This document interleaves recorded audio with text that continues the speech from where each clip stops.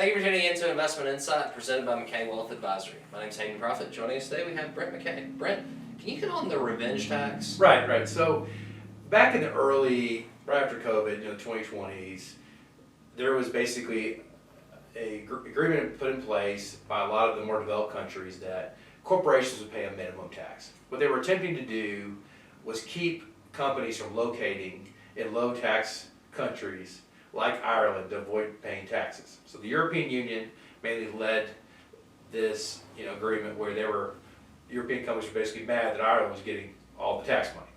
And so the idea was to put forth a minimum tax on corporations. Well, recently, Scott Bessent reached a deal with the European Union and other countries subject to this tax that U.S. companies would not be penalized by this tax, because the way that our country calculates profits and the way that other countries calculate profits is different.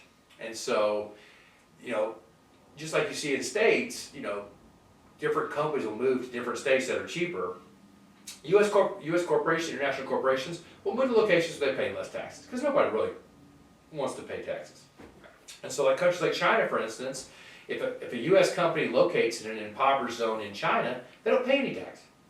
And that's one of the ways China's rebuilt their economy, or built their economy, was by getting other countries to pay for it.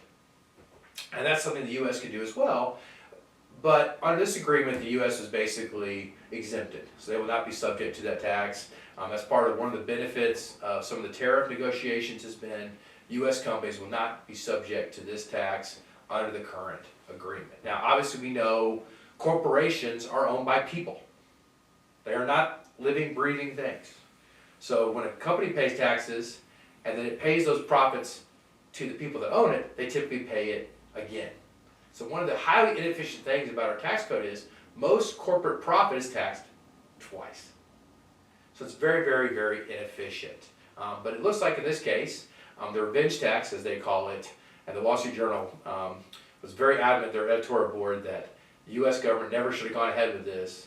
It looks like that tax is we're going to be at least excluded for the time being from that tax. Yeah. Well, thanks for talking to us about this tax today. Thank you for tuning in as well. Hope you have a great day. Thanks.